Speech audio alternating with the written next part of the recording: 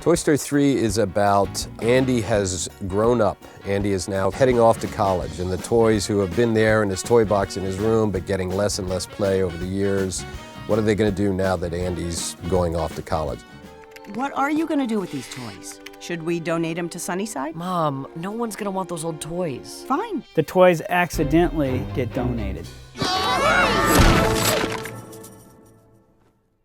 New toys!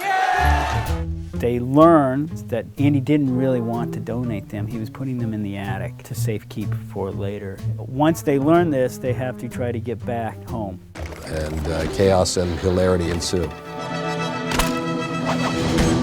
One of the things that Lee Unkrich, the director, talked about is making all three worlds seamless, making all three films sort of feel part of the same universe. We'd had a number of meetings with Lee and Randy Newman about where the music was going to go and what the ideas were, and that was really helpful. It's always fantastic to meet early on with the composer and sort of figure out, divvy up where things are going to be. Very often the sound designer and the composer are working in isolation. You know, the sound designer is trying to create the richest soundscape that they can for the film, and the composer is often working in a void themselves and trying to hit every little thing and support everything emotionally. And sometimes what ends up happening is we put them together in the mix and you have a lot of clashes. When I spotted the film with Randy Newman, I had Tom Myers at that spotting so that we could have a dialogue going and talk early on about where maybe the sound effects could win out over music or vice versa. Lee's very smart and very precise and has incredible ears. I mean, and we were mixing, and Michael, who's, you know, multi-Oscar winner and all that, and Lee would hear stuff and we would go, oh yeah, you're right. He knew what he wanted and he really pays attention. He's a very matter of fact, this is what I like, this, I don't like this, let's try that. He has it in his head already, which is, for me, wonderful. I really enjoyed working with him. He's also very rhythm-oriented, which is good for comedy especially, so music falling on beats and sound effects falling on beats and where to move things to make sure a joke works. So reset your Buzz Lightyear, insert paperclip. Rex, use your finger! Okay, now what? All right, let's see. Caution, do not hold button for more than 5 seconds. It's not my fault!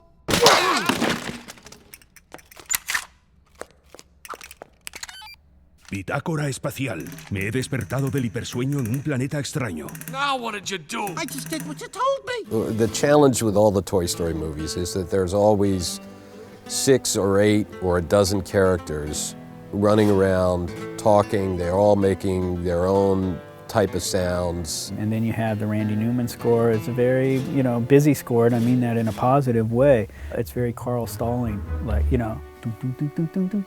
It's beautiful and it's really fun, and that's what makes the movie fun. Combining all these busy elements and not wear the audience out was probably the biggest challenge.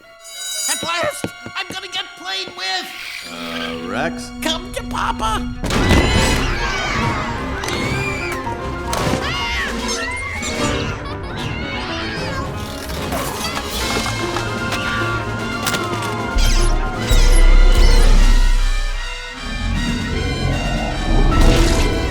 Ken? Oh, where is that boy? Ken? New toys!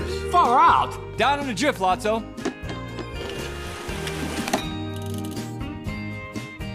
So, who's ready for Ken's dream tour? I mean, everybody loves Ken, and I think Ken is the funniest character in the movie. And we did this stuff with his little neck turn and head turns and stuff like that, which is a simple effect, but it's really sort of effective for him and for his character. When Ken recognizes Barbie the first time is fun. And Hi, I'm Ken. Barbie? It was a great moment because he freezes and the song starts, actually. I have it start in mono and I spread it around the room as the camera zooms in. It's really fun. It just wraps around, and it's supposed to be, for me, it's supposed to be Ken's just like everything else is gone around. Wow, who is this, Folks, if you want to step right this way.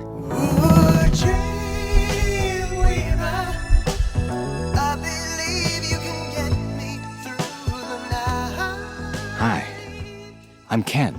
Barbie? Have we ever met? I would have remembered. Love your leg warmers. Nice ass cut. Come on, Ken. Recess don't last forever. Pixar has always been very encouraging about expanding the space. I mean, even if you look at Toy Story 1, some of the panning all the dialogue and pulling stuff off the screen, it was really very inventive and very forward-thinking. And so this being Toy Story 3 and being in 3D, we started to think about, well, what else can we do? How can we push it a little bit farther? Pixar came to us and said that we feel that the technology has moved. You know, we've moved away from film, we have digital. 3D is obviously an incredible phenomenon, and they felt that everything was there, but they now felt that 5.1 needed to evolve into the next level. And they came to Dolby and said, you know, how can we do this? You know, what can you guys do to help us enable this? We looked at today's surround convention and then looked around at what we could do, and 7.1 is a perfect fit. You know, you have your front speakers, your left, center, right, front. Now you have a left and right side, and you have a left and right on the back wall. All theaters that are 5.1, which is pretty much all theaters around the world, this configuration fits so easily within that. The exhibition basically doesn't have to do that much to add this format. We were approached as, hey, let's do this, and Tom and I were both, yeah, let's give it a shot and see, you know, let's start pushing the envelope on some of these things. And can we help support the story by making the environment, the theater, more like the environments that we're putting our characters in, whether it's 3D or 2D. Our key thing was to not make it a gimmick, you know, and not just use it because we could. I used 7.1 as a way of just like creating better spaces for my characters in the film and for the music. So for me, the left and right sides were really fun because I could actually spin the dialogue slightly off more, even just off the screen a little bit, or a little bit more to the right, a little bit more to the left, without actually being on the back wall. Mr. Lotso, do toys here get played with every day? All day long, 5 days a week. What I love most about doing this type of work is watching it with an audience and seeing the reaction. You spend weeks and months mixing the film thinking, well, is that funny enough? Is that going to be, you know, are they going to get people to cry? Are they going to be emotionally attached?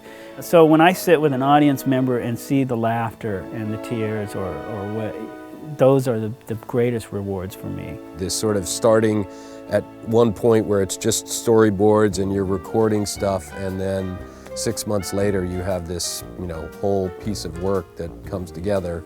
And just collaborating with you know, great people. I mean, they're great people here and people at Pixar. It's a fantastic group.